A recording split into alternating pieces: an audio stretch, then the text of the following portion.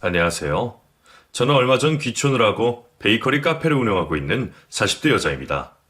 요즘 가을을 맞아 산이며 들이며 울긋불긋한 모습이 너무 예쁜 것 같아요. 바람까지 시원하게 불어서 카페가 한가할 때 따뜻한 차 한 잔을 마시며 자연을 구경하고 있노라면 꽉 막혀있던 가슴이 살살 풀리는 것 같아서 너무 좋아요. 그렇게 마음을 진정시키고 나면 저를 괴롭히는 만성 두통도 사라지고 숨도 편하게 쉴 수가 있어요. 그래서 매일매일 일부러 시간을 내서 차를 마시고는 합니다. 카페를 오픈한 지 얼마 되지 않을 때라 많이 바쁜데도 굳이 이렇게 하는 이유는 살고 싶어서입니다. 이마저도 하지 않으면 숨을 제대로 쉴 수가 없어요. 바로 화병 때문에요. 제가 이런 상황까지 오게 된 이야기 오늘 한번 풀어내 볼게요. 저희 부모님은 제가 어릴 때 이혼을 하셨어요. 엄마는 저와 동생을 두고 떠나셨고 아버지가 저희를 키우셨죠.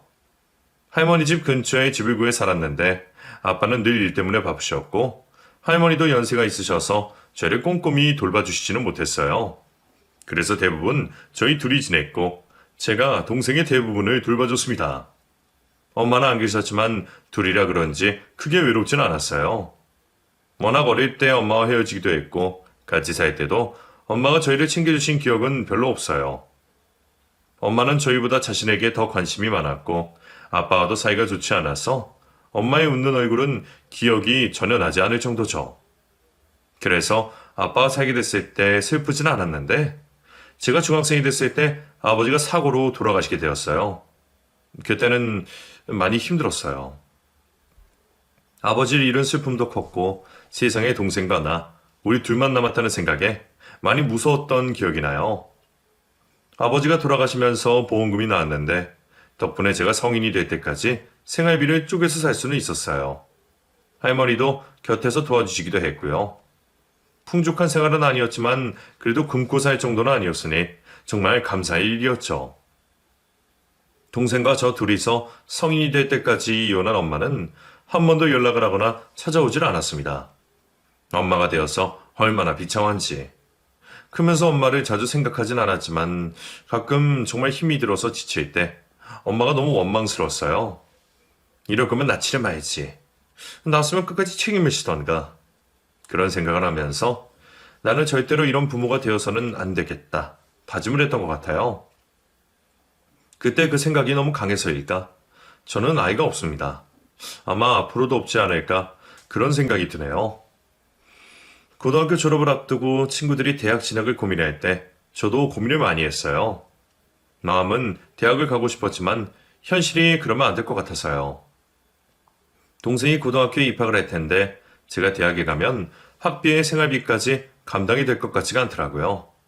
그래서 바로 직장을 가지려고 했지만 담임 선생님이 만류하셨어요. 은정아, 네가 부담이 큰 건 알겠다만 그래도 대학으로 진학을 해야 하지 않을까 싶구나. 선생님 생각에 전문대라도 가는 게 어떨까 싶다. 네 성적이면 전액 장학금을 누려볼 수도 있을 거야. 등록금이 해결된다면 어느 정도 해볼 만하지 않을까 싶은 생각이 들었어요. 대학 졸업장이라도 하나 있으면 더 좋은 직장을 구할 수 있지 않을까 그런 생각이 들었죠. 그래서 전문대로 진학을 했는데 등록금이 해결되어도 만만하지 않았어요. 동생과 함께 쓸 생활비를 감당해야 했으니까요. 고등학교에 입학한 동생은 다행히 어긋나지 않고 착실하게 학교를 잘 다녀주었고 그런 동생에게 공부 말고 다른 일을 신경 쓰고 싶게 하지 않았어요. 그러니 모든 금전적인 문제는 제가 다 해결해야 했죠. 전문대로 진학했기에 2년 만에 졸업하는 대학을 3년에 걸쳐 졸업을 하게 되었는데 중간에 휴학을 한 번 했기 때문이에요. 휴학해서 생활비를 벌고 난 뒤에 다시 복학해서 나머지 1년을 다녀서 졸업을 했죠. 졸업을 앞두고 취업 때문에 여기저기 알아보고 다닐 때 친구가 아르바이트를 부탁했어요. 은정아, 하루에당 7만 원이야. 괜찮지 않냐? 부탁이 일주일만 대신해주라, 응? 나 바쁜 거 알면서. 나도 갑자기 이렇게 날짜가 잡힐 줄 몰랐지. 다시는 부탁 안 할게, 어? 휴학했을 때 친구 따라 아르바이트를 한 적이 있었어요. 모델하우스 안내하는 알바였는데 당시 일당으로 제법 큰 돈이었죠. 고액 일당에 몇 달 알바를 했었는데 친구가 남자친구랑 여행을 간다면서 저에게 부탁을 한 거였어요. 취업 때문에 면접도 여러 개 잡혀있는 상황이라 거절하고 싶었지만 일당이 또 탐나더라고요. 그래서 일을 대신해주게 되었어요. 해본 일이라 어렵진 않았고 며칠만 해주면 됐기에 편한 마음으로 일을 했더니 업체 담당자가 저에게 같이 일할 생각이 없냐고 제안을 했어요. 바로 정규직으로 채용을 해준다는 소리에 귀가 번쩍 뛰더라고요. 그리고 연봉도 당시 여자 연봉치고는 높은 금액이었고요. 많이 고민할 것도 없었어요. 돈 많이 준다는데 찬밥 더운밥 가릴 처리가 아니었으니까요. 그렇게 시작한 첫 직장에서 저는 제 인생에서 절대로 잊을 수 없는 한 사람을 만나게 되었어요. 그 사람은 직장에서 저와 함께 일했던 동료였고 저의 첫사랑이었어요. 저보다 2살이 많은 그와 함께 일하면서 가까워졌고 아버지가 돌아가신 이후로 혼자서 가장의 역할을 해야 했던 저에게 버팀목이 되어준 사람이었어요. 오늘 아버지 길 아냐? 맞아. 기억하고 있었어? 당연하지. 오늘 퇴근하고 같이 마트 가서 장 보자. 음식해서 제사 지내려면 서둘러야겠다. 장은 어제 도민이랑 봐놨어. 집에 가서 바라면 돼. 그랬어? 나한테 얘기도 안 하고? 나 서운해지려고 하는데. 그 사람은 제 일을 마치 자기 일처럼 여겼고 조금이라도 제가 힘들까봐 늘 마음을 써줬어요. 동생 용돈도 마치 자기 동생인 것처럼 챙겨주고 집에 남자 손이 필요한 일은 먼저 나서서 해주고는 했죠. 아버지가 돌아가신 후 무슨 일이든 혼자 해내야 했던 저였기에 저를 챙겨주는 그 사람이 너무 고마웠어요. 그리고 의지를 했고요. 남동생도 마치 친형처럼 잘 따랐기에 가족 아닌 가족 같은 그런 사이가 되었죠. 우리가 4년 정도 연애를 했을 때 저는 청혼을 받았어요. 평생 같이 살자고 말해주는 그 사람이 얼마나 고맙고 사랑스럽던지. 그 사람과 결혼 생활이 기대가 되고 또 우리 사이에 태어날 아이와 꾸릴 가정이 너무나 기대가 됐어요. 태어나서 그렇게 행복했을 때가 없었는데 정신을 차리고 나니 어느새 불행이 저희 앞에 불쑥 다가와 있었어요. 그 불행은 전혀 생각지도 않은 불치병이었죠. 그날은 군대에 간 동생이 휴가를 나오는 날이었어요. 집 정리도 하고 동생 먹을 것도 챙겨놓는다고 연차를 썼는데 회사 동료에게서 전화가 왔어요. 은정씨, 김대리님 구급차에 실려갔어. 네? 그게 무슨 말이에요? 나도 잘 모르겠는데 갑자기 피를 토하고는 쓰러지셨대. 피를 흘리며 쓰러졌다는 말에 눈앞이 캄캄해졌어요. 대체 이게 무슨 영문인지 마음이 급해진 저는 정신없이 병원으로 달려갔고 그곳에서 창백한 얼굴로 눈을 감고 있는 그 사람을 마주하게 되었죠. 의사 선생님께 전해들은 그 사람의 병명, 급성 백혈병. 생각도 못한 병 이야기에 그도 저도 망연자실할 수밖에 없었어요. 그 사람의 병은 급성으로 발병된 백혈병이었고 더 심각한 건 희귀성이라는 거였어요. 의학이 발달되었으니 이 병도 고칠 수 있을 거라고. 암도 고치는 세상인데 백혈병쯤이야 나을 거라고 생각했지만 그건 저의 오산이었어요.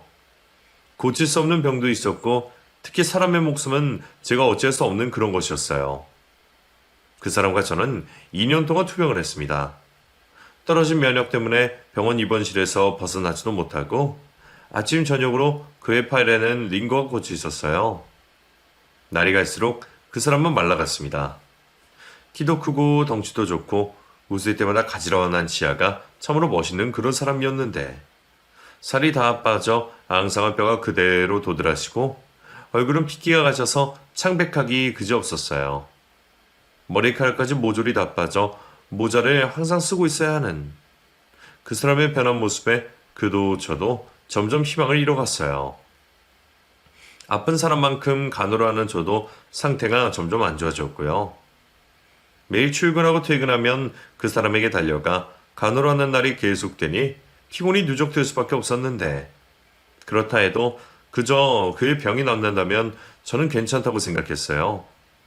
그 사람이 다시 건강해져 예전 모습으로 돌아갈 수만 있다면 제 몸이 축나는 건 아무 상관이 없었는데 결국 그는 2년을 채 넘기지 못하고 세상을 떠나고 말았어요. 그때를 생각하면 아직도 가슴이 찢어질 듯한 통증이 생깁니다. 이제는 눈물샘이 말랐는지 눈물이 더 이상 나지 않지만 그래도 가슴 통증은 여전해요. 그가 떠나지 한참이 됐는데도 병상에 누워있던 그 모습이 선명하게 떠오르고요. 지금 이 정도인데 그때는 더 심각했어요. 식음을 전폐하고 누워만 있었죠. 회사도 나가지 않아 자동 퇴사가 되었고 군대를 제대한 동생이 식사를 챙겨줬지만 제대로 먹을 수가 없었어요. 누나 좀 먹어. 안 먹고 그러다가 수창이가 따라가려고 그러는 거야? 입맛이 없어서 그래. 억지로라도 먹어. 어? 그때 동생이 참 많이 고생했어요. 지 누나 어떻게 될까봐 전전긍긍. 식사 시간이 되면 조금이라도 먹으려고 애를 쓰고 그랬거든요. 학교에 갔다가도 점심때만 되면 집에 들어와서 제 밥을 챙길 정도였으니까요. 동생의 정성 덕분인지 저는 점점 기력을 찾아갔고 밖에 외출도 할 수 있을 정도가 되었어요. 사람이 생명력이 참 질긴 게 그 사람이 떠나고 그때 제 심정은 떠난 그를 따라가고 싶은 마음이 굴뚝 같았어요. 그런데 점점 시간이 지나면서 제가 밥을 떠먹고 있더군요. 입이 비썩 말라 찬물에 겨우 밥을 말아 입안에 밀어 넣었어요. 제대로 씹지도 못하고 겨우 삼키면서 눈물이 났어요. 그리고 웃음도 났습니다. 살겠다고 밥숟가락을 든 제 모습이 여탈해서 비웃음이 그냥 막 나왔어요. 그 사람을 따라가겠다고 그래놓고선 결국 저는 삶을 택했죠.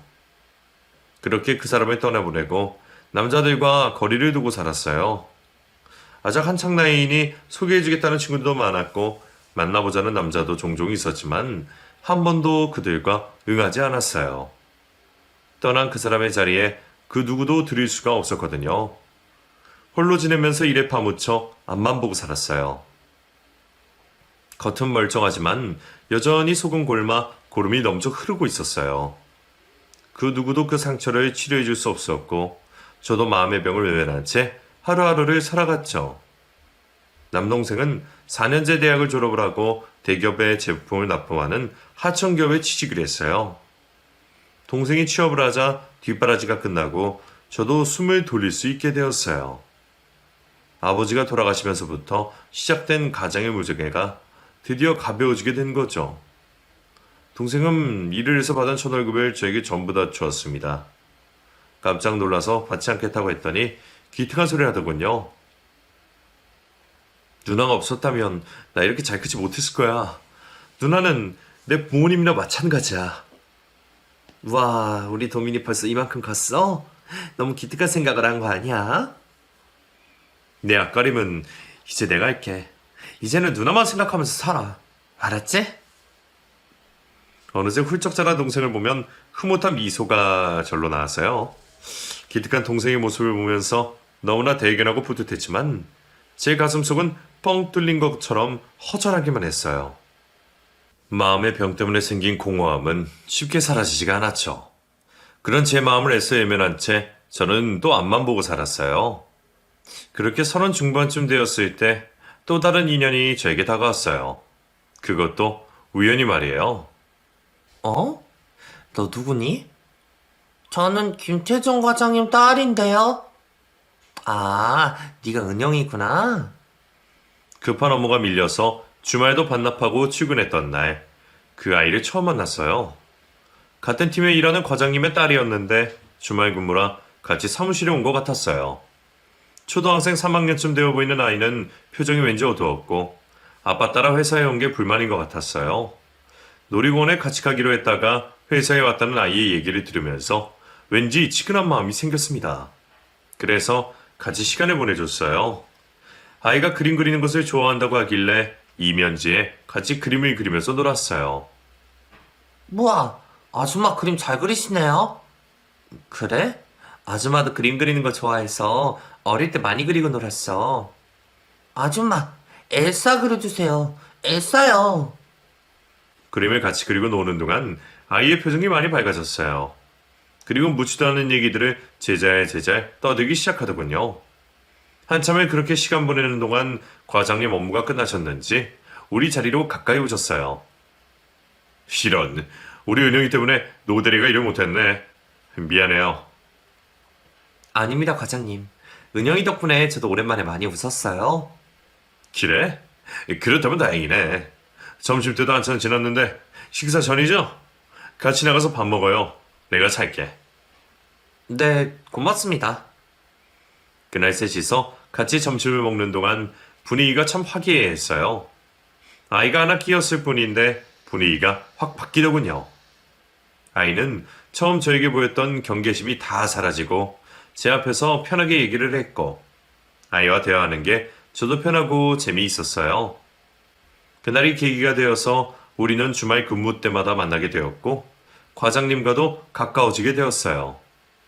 아이와 주말에 만날 때도 있었지만 평일에 일이 끝나고 술이나 저녁을 같이 먹는 날도 생겼죠. 데이트를 하는 건 아니었어요. 그냥 서로 말이 통했다고나 할까? 과장님도 알고 봤더니 속사정이 있는 분이더라고요. 아이가 있어서 당연히 사모님이 계신 줄 알았는데 듣고 보니 미혼부셨더라고요. 과장님, 대단하세요. 그 갓난쟁이를 혼자 어떻게 키우셨어요? 그럼 어떡해. 나도 애 엄마가 그렇게 떠나버릴 줄은 꿈에도 몰랐지. 그래도 어머니가 도와주셔서 일을 계속할 수 있었어. 엄마가 나 때문에 고생을 많이 하셨어. 과장님과 얘기를 나누면서 저도 제 속에 꽁꽁 싸매놨던 이야기를 풀어내기 시작했어요. 그 사람을 떠나보내고 한 번도 꺼내지 않았던, 아니, 꺼내지 못했던 얘기가 어쩐 일인지 술술 나오더라고요. 시작하지 않았다면 모를까 막상 말을 꺼내기 시작하니 멈출 수 없이 이야기가 나왔고 과장님 앞에서 눈물 콧물 다 빼면서 쏟아냈어요. 과장님은 제가 힘들어하는 모습을 보며 다독여 주셨고 저를 위로해 주셨어요. 저를 탓하지도 않으셨고 그렇다고 불쌍하게도 보지 않으셨죠. 그래서 더 편하게 제 얘기를 할 수 있었던 것 같아요. 있는 그대로 저를 봐주는 것 같아서요. 그날부터 저희는 더 가까워졌고 과장님의 딸과도 자주 보게 되었어요. 태어날 때부터 엄마가 없던 아이.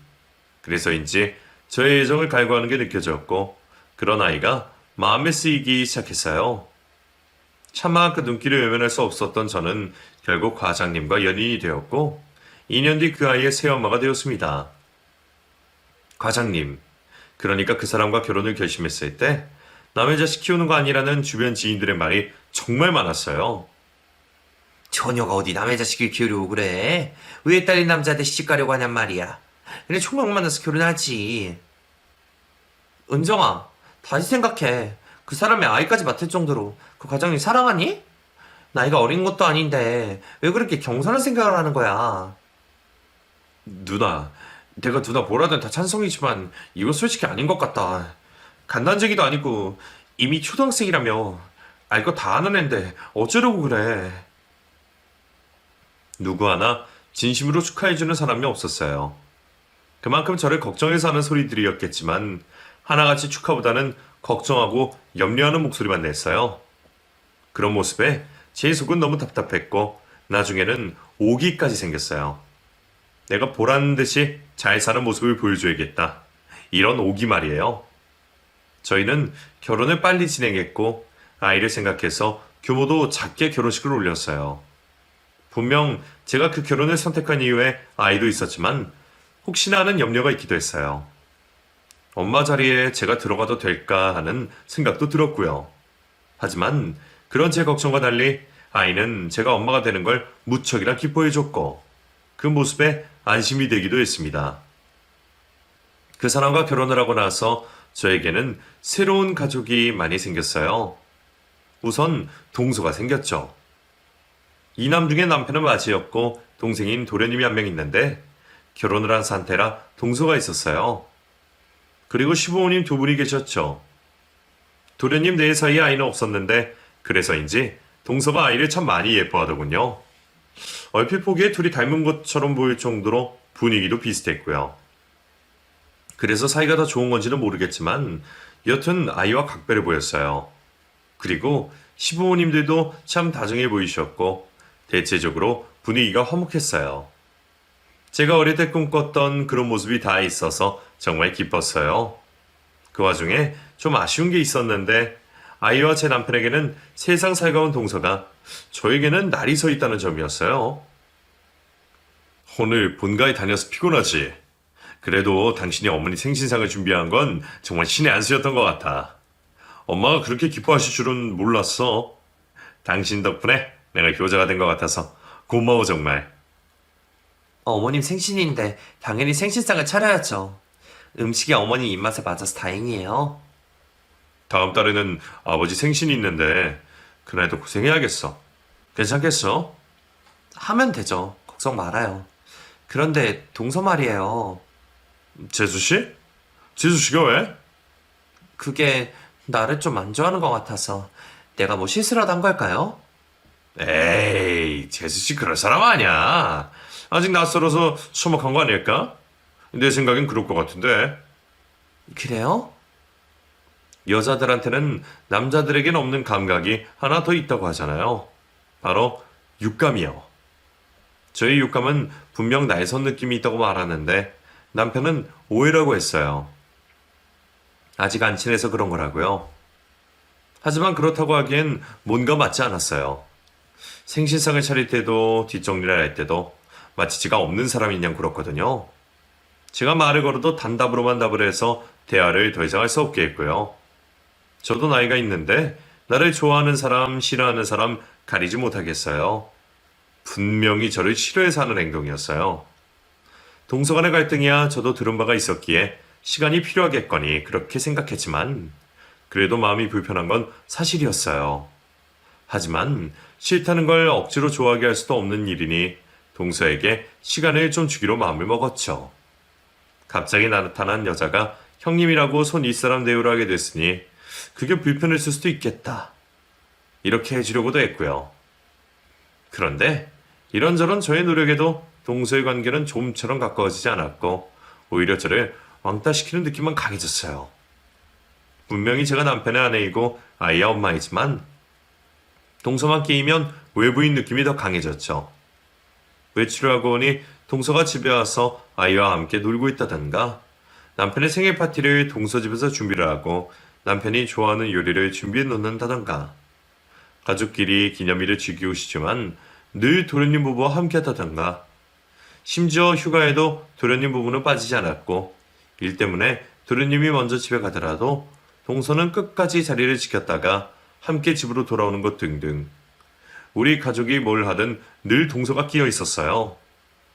불편한 마음에 남편에게 말을 하면 엄마의 빈자리를 예전부터 대신해준 고마운 재수씨라는 말로 두둔하는 태도를 보이니 저도 제 자리를 제대로 잡을 수가 없었어요. 모르는 사람이 보면 제가 아니라 동서가 아이 엄마인 줄 알 정도로요. 그 정도로 관계가 심각했어요. 제 주변 지인들이 다 말린 결혼식을 제 고집으로 한 거잖아요. 그래서 결혼 생활을 잘 알고 있는 모습을 보여주고 싶었어요. 그런데 제 뜻대로 잘 되지 않으니 나중에는 체념을 하고 받아들이게 되더군요. 제가 아무리 불편하다고 해도 남편이 제 편이 아니니 아무 소용이 없었고 저도 상황을 바꾸려는 노력을 더는 하지 않게 되었어요. 결혼 생활을 하면 할수록 웃음도 줄어들고 말수도 줄어들게 되었고요. 그렇게 몇 년이 흐르고 도련님 부부에게 큰일이 생겼어요. 아이가 없어도 참 인고 부부라고 생각했는데 어느 날 이혼을 한다고 하더군요. 시부모님도 이혼 소식에 깜짝 놀라 두 사람을 불러 타일러 보시는 것 같았지만 결국엔 이혼을 하고 말았고 그 뒤로 도련님은 시댁의 발걸음을 끊었어요. 형과도 연락을 하지 않는 것 같더라고요. 갑작스러운 두 사람의 변화에 저도 많이 놀랐는데 더 이상한 것은 도련님이 저에게 남긴 문자 메시지였어요. 형수, 형 믿지 마세요. 밑도 끝도 없는 문자 내용에 전화를 걸었지만 도련님은 받지 않더군요. 이상한 느낌이 들었지만 아이가 동서가 없어진 걸 알고 분리불안을 느끼는 탓에 더 이상 신경을 쓰지 못하고 상담센터를 찾아다니며 아이를 돌보기에 바빴어요. 동서와 워낙 가까이 지내서인지 아이의 분리불안증은 심각했어요. 어린아이도 아니고 초등학생인데도 증상이 심각하고 치료가 잘 되지 않자 남편은 아이와 주말마다 캠핑장을 다니기 시작했어요. 나도 같이 가야 하는 거 아니야? 둘이 있는 것보다는 셋이 나을 것 같은데. 내 생각에는 나랑 단둘이 있는 것도 좋을 것 같아. 내가 당신이랑 결혼하고 아이랑 둘이 있는 시간이 없었으니까. 그래도 여보, 내가 생각이 있어서 그래. 걱정하지 말고 당신도 주말 동안 하고 싶은 일 하면서 편하게 쉬어. 알았지? 저만 쏙 빼놓고 둘만 캠핑을 다녔어요. 남편이 아이를 위해서 그렇게 하기로 한 거겠지만 저는 내심 서운했죠. 왠지 선을 긋는 것 같아서요. 엄연히 저도 부모인데 아이 문제에 있어서만큼은 늘 배제시키니 기분이 좋을 리가 없었어요. 그 부분을 남편에게 말하고 싶었지만 아이를 위해서 그런다고 하니 더 이상 할 말도 없었죠. 그렇게 부녀만의 캠핑이 시작되었고 주말마다 저는 집에서 혼자 있어야 했어요. 처음에는 저도 제 취미 생활을 해보려고 했어요. 하지만 감정이 상해서인지 하는 것마다 집중을 제대로 할 수가 없었어요. 결국 아무도 없는 집에서 혼자 주말을 보내게 되었죠. 그렇게 혼자 있다가 보면 참 여러 가지 생각이 떠오릅니다. 물론 대부분의 생각이 부정적인 것들이고요. 생각에 꼬리를 물고 있다 보면 늘 내가 왜 결혼을 했는가 이런 생각들이었어요. 그러다가 일요일 저녁 부녀가 돌아오면 뒤치다거리를 하다가 또 하루하루를 살게 되고 그런 일상의 반복이었어요. 남편 말대로 캠핑이 정말 효과가 있었는지 캠핑 이후로 아이의 상태가 좋아졌고 상담센터도 더 이상 가지 않아도 될 정도로 좋아졌어요. 점점 생활도 안정되어 가고 저와 아이의 관계도 좋아졌죠. 이대로만 가면 걱정 없겠다 싶었는데 일이 또 터져버렸어요. 그날도 주말에 맞아 남편과 아이가 캠핑을 갔다가 돌아오는 날이었어요. 계절이 겨울로 넘어갈 때라 추웠고 저녁에 따뜻한 음식을 먹이려고 한창 식사 준비를 하는데 아무리 기다려도 남편이 오지 않았죠. 통화를 해야겠다 싶어 전화기 든 순간 전화벨이 울려 깜짝 놀랐어요. 여보세요? 여보, 왜 이렇게 안 와요? 지금 은영이가 없어졌어. 경찰에 신고하고 찾는 중이야. 뭐라고요? 그게 무슨 말이에요? 남편은 다시 전화를 하겠다며 기다리라고 하고는 전화를 끊었어요. 너무 갑작스러운 일이라 당황한 저는 남편이 다시 전화할 때까지 하염없이 기다릴 수밖에 없었죠. 그날 연락을 기다리며 밤을 꼬박 새웠어요. 저도 아이를 찾으러 가고 싶었지만 대체 어디에 있는지도 모르고 전화를 받지 않으니 움직일 도리가 없더라고요. 그 다음날 집으로 돌아온 남편이 자초지종을 설명해줬고 캠핑장에 강아지와 놀다가 아이가 사라졌다는 얘기를 들렸어요. 자신 때문이라며 너무나 괴로워하는 모습을 보며 저도 걱정이 너무 됐지만 당장 할 수 있는 일이 없으니 답답해서 미칠 지경이었어요. 그때부터 우리 부부의 기다림이 시작되었고 6개월이 지나도 아이를 찾았다는 소식이 들리지 않았어요. 남편은 나사가 하나 빠진 사람처럼 아이를 찾아다녔고 그 때문에 집에 잘 들어오지도 않았죠. 결혼 후 회사를 그만두고 시작한 사업도 모조리 손 놓고 아이만 찾아러 다녔어요. 상황이 이쯤 되니 집안 가게도 서서히 무너지기 시작했죠. 생활비가 점점 줄어들었고 나중에는 통장 잔고가 바닥이 나게 됐어요. 그런데 남편에게 생활비 얘기를 할 수가 없었어요. 피가 섞이지 않은 저도 실종된 아이 때문에 힘든데 남편은 얼마나 힘들까 싶어서 돈 얘기를 못하겠더라고요. 어떻게 할까 고민을 하다가 제가 일을 다시 시작해야겠다는 생각이 들었어요. 결혼하면서 남편의 권유로 일도 그만둔 상태였거든요. 그래서 할 수 있는 일을 찾아다녔는데 원래 하던 일을 다시 할 수는 없었어요. 나이가 들었고 잠시 쉬었던 탓에 저를 뽑아주는 것도 없었어요. 마음먹은 대로 되지 않자 다시 일하기로 했던 마음이 약해졌어요. 알아보는 과정이 너무 힘들더라고요. 그래서 무기력해져 있던 찰나 남편에게서 아이가 죽은 것 같다는 말을 듣게 됐어요. 아무래도 우리 은영이 죽은 것 같아. 단념해야겠어. 그게 무슨 소리예요? 남들은 다 포기해도 당신은 포기하면 안 되죠. 나도 지친다. 남편은 더 이상 헛된 희망을 갖고 싶지 않다며 아이를 포기하겠다고 했고 그 소리에 펄쩍 뛰었지만 말을 듣지 않았어요. 그러고는 마음을 추스리기 위해 여행을 다녀오겠다고 했어요. 어디로 가는지 언제 돌아오는지도 알 리가 없고 떠나버린 남편. 고통 때문에 그랬겠지만 아무리 그래도 무책임하게 행동하는 모습에 정말 많이 실망했죠.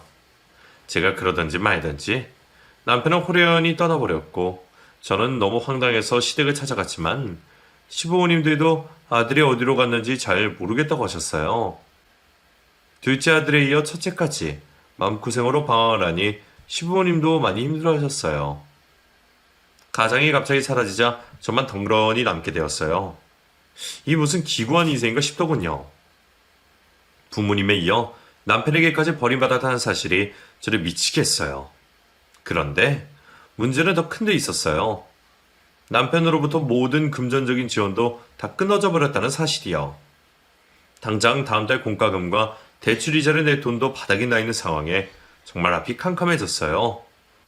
엎친 데 덮친 격으로 코로나가 터졌고 식당 서빙 알바조차도 할 수가 없는 상황이 됐어요. 그야말로 손가락만 빨고 지내야 하는 상황이 됐죠. 코로나 때문에 쉽게 일을 할 수 없는 상황에 어떻게 해야 하나 고민하고 있을 때 아파트 베란다 창밖으로 배달원들이 급하게 다니는 모습이 눈에 들어왔어요. 저거라도 해야겠다. 이런 생각이 들었죠. 저는 스쿠터 하나를 샀고 그걸로 배달 일을 시작했어요. 솔직히 우중충한 남자들이 많은 배달 사무실을 찾아가는 게 쉽지는 않았지만 어쩌겠어요. 당장 먹고 살아야 하는데. 눈 질끈 감고 일을 시작했는데 또 하다 보니 적응이 돼서 할만해졌어요. 그리고 코로나 때문에 배달 일이 많아져 수입도 짜릿짜릿했고요. 덕분에 먹고 사는 일이 해결이 됐어요. 일을 하는 와중에도 남편에게 계속 연락을 시도했지만 진짜 무슨 일인지 통 연락이 안 되었고 그렇게 전화를 할 때마다 문자가 왔어요. 조금만 더 시간을 달라면서요. 저에게 한 행동들을 생각하면 당장 이혼이라도 하고 싶었지만 또 아이를 잃은 남편의 입장을 생각하면 마음이 아프기도 했어요. 원망스럽다가도 측은한 마음이 드니 계속 기다려주게 되었고 그렇게 시간이 흐르고 있었어요. 그러다가 드디어 사건의 진실이 드러나는 일이 생겼어요. 세상에 비밀은 없다더니 저는 아주 충격적인 상황을 마주하게 되었어요. 그날은 하늘에 구멍이라도 뚫린 것처럼 억수같이 비가 오던 날이었어요. 비가 많이 와서 일거리도 없고 해서 일찍 일을 마칠 생각이었는데 콜이 하나 떴죠. 익숙한 주소였고 가만 보니 도련님과 헤어진 동서가 음식을 시킨 것 같았어요. 배달을 하면서 우연히 동서가 사는 집에 배달한 적이 있었는데 제가 하이바를 쓰고 있어서 저를 못 알아보더라고요. 하지만 저는 동서를 알아봤고 얼굴이 예전보다 밝아 보였어요. 게다가 집안에 남자와 아이 목소리가 들려서 재혼을 했구나 혼자 추측도 하고 있었죠. 그 동서가 그날 피자를 주문했더라고요. 주소가 눈에 밟혔지만 배달을 가지 않을 생각이었어요. 그런데 아무도 코를 잡지 않더라고요. 별 수 없이 마지막 배달건이라고 생각하고 제가 가게 됐어요. 우비를 입었지만 옷끝이 다 젖어서 체온이 떨어졌는지 많이 추웠어요. 입술이 떨리는 걸 겨우 참으며 집에서 초인종을 눌렀죠.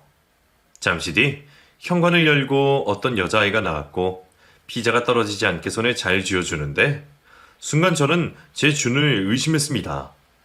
아이 얼굴이 낯이 익었어요. 그리고 고맙습니다. 인사하는 목소리도 귀에 익숙했고요. 네, 그 아이는 남편이 잃어버린 딸이었어요.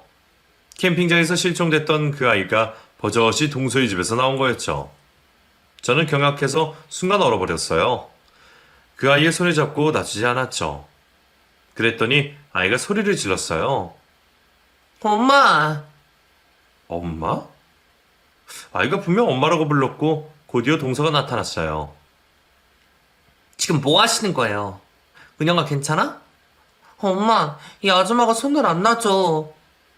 뭐? 이보세요. 왜 이래 이 여자? 저는 상황이 이해가 가질 않았어요. 대체 이게 무슨 상황인지. 동서가 소리를 쳤지만 제가 요지부동이자 안을 향해 누군가를 불렀어요. 곧이어 나타난 사람. 네, 예상이 가시죠? 남편이었습니다. 남편이 현관에 나타난 순간 저는 하이바를 벗어 던지면서 남편에게 달려들었어요. 여기서 뭐 하는 거야? 당신이 왜 여기 있냐고? 당신이 여기서 뭐해? 뭐야? 저는 남편의 멱살을 잡으며 장하시는 발로 거실까지 밀고 들어갔어요. 뒤따라온 동서와 아이가 저를 말린다고 양팔에 매달렸죠. 에이, 이건 놔, 이 여자야. 뭐? 이 여자? 저는 멱살에 놓고 해명을 요구했어요. 대체 이게 무슨 상황인지 알아듣게 말하라고 소리 질렀죠. 이어 남편과 동서는 제 앞에서 눈치를 보며 이실직고를 했고 자취중을 들은 저는 말도 안 되는 상황에 기가 찼습니다. 아이의 친구는 놀랍게도 동서였어요. 남편과 연애를 했고 아이를 낳았지만 키울 생각이 없었던 동서는 아이를 주고 떠난 거죠. 그랬다가 다른 사람과 결혼을 하려고 했을 때 알고 보니 결혼하려는 남자의 형이 제 남편이었던 거죠. 너무 놀랐지만 모른 체하고 그냥 결혼했대요. 인생 말아먹기 싫어서 아이까지 버리고 떠나놓고 막상 눈앞에서 자기 딸이 알짱거리니 모성애가 뒤늦게 폭발한 거죠. 숙모가 자기 엄마라니. 그래서 아이와 동서 사이가 그렇게 가까웠던 거고 둘의 분위기가 닮아 있었던 거였어요. 피는 못 속인다더니 그 말이 사실이구나 싶더군요. 도련님은 아무것도 모르고 형과 자기 와이프에게 놀아놨다가 나중에 알게 됐대요. 그리고 그 사실을 알고 나서 도저히 용서할 수 없어 떠났다고 하더군요. 그제야 도련님의 밑도 끝도 없는 문자가 기억이 났어요. 그 모든 상황을 알고 나서 나에게 언지를 주고 갔던 거예요. 여러분은 이 상황이 이해가 되세요? 사람의 기만 해도 분수가 있지. 어쩜 둘이서 사람을 이렇게 병신으로 만들 수가 있는지. 미안해요, 정말. 나도 다 잊고 새 출발하려고 했어요. 그래서 이혼도 했던 건데 도저히 아이가 어른거려서 인연을 끊을 수가 없었어요. 진짜 답 없는 여자네. 그럼 당신 이렇게 멀쩡히 살아있는 애를 왜 실종됐다고 하고 죽었다고 한 건데, 어? 그게 제 질문에 남편은 아니 그 인간이 우물쭈물했어요. 모자란 사람처럼 말에 덧없는 행색이 놀란 마음이 진정이 안 된 것 같더군요. 그 모습을 보면서 문득 든 생각이 나를 따돌리려고 그랬구나 싶었어요. 나 때문에 그런 거야? 이 여자랑 아이랑 살림 차리고 두 집살이 하려고? 나도 그러고 싶지 않았는데 우리 부모님 하시면 충격이 크실 것 같아서. 기가 찼어요. 오로지 자기 식구들을 위해 저를 이용한 거나 마찬가지였어요. 부모님이 충격받으시는 게 싫었더니 그래서 나를 가림용으로 썼다니 도저히 용서할 수가 없었어요. 저는 그 인간의 머리채를 잡고 미친 듯이 흔들었어요. 그리고 양따귀를 사정없이 때리고 발로 찼죠. 아무리 그래도 그렇지 사람을 그런 식으로 이용하면 안 되는 거잖아요. 한동안 미친 듯이 발광을 하고 나니 그 인간이랑 그 여자가 저에게 무릎을 꿇고 빌더군요. 용서해줘. 정말 미안해. 당신 이용하려고 한 건 아닌데 정말 미안해. 대신 우리 부모님께는 말하지 말아줘. 제발 부탁이야. 끝까지 저를 기만하는 나쁜 인간. 그곳에 더 이상 같이 있고 싶지도 않더군요. 저는 가만히 있지 않겠다고 선전포고했고 그 길로 변호사 사무실을 찾았어요. 그리고 그 인간을 기만죄로 고소했습니다. 그리고 그 인간 부모님을 찾아가 알아낸 사실 모두를 알렸어요. 당연히 두 분은 놀라셨고 시어머님은 쓰러지기도 했어요. 그래서 한동안 병원 신세를 지셔야 했죠. 저는 이혼을 요구했어요. 그리고 재산분할과 위자료까지 싹 다 청구했고요. 처음에는 마음대로 하라면서 큰소리 치더니 제가 아이 출생의 비밀을 인터넷에 올리겠다고 하자 미안하다며 원하는 대로 다 해주겠다고 하더군요. 그래서 비교적으로 수월하게 이혼을 할 수 있었어요. 이제 와서 지나온 상황을 생각해보면 참 멍청한 인간이라는 생각이 들어요. 그렇게 그 여자와 가정을 이루고 싶었다면 저에게 이혼하자고 했으면 됐을 텐데 실속은 다 차리려고 하다가 완전 개족이 난 거죠. 저는 위자료로 아파트 한 채를 받았고 코로나 기간에 그 아파트가 2배 이상 뛰었어요. 그래서 그걸 팔아서 귀촌을 했어요. 도시에서 더 이상 살고 싶지 않더라고요. 어릴 때부터 정말 열심히 살았는데 결국엔 내 인생이 이렇게 되는구나 싶어 뭔가 덧없다는 생각이 들었어요. 그래서 귀촌을 해서 지금은 카페를 운영하고 있죠. 모든 상황은 다 끝이 났지만 아직도 그때 받은 충격과 스트레스 때문에 속이 턱턱 막히는 기분이 들 때가 있어요. 시간이 지나면 다 극복이 되겠지만 얼른 제가 괜찮아졌으면 좋겠어요. 제 이야기는 여기까지입니다. 긴 글 잘 들어주셔서 감사합니다. 여러분도 사람 조심하세요. 감사합니다.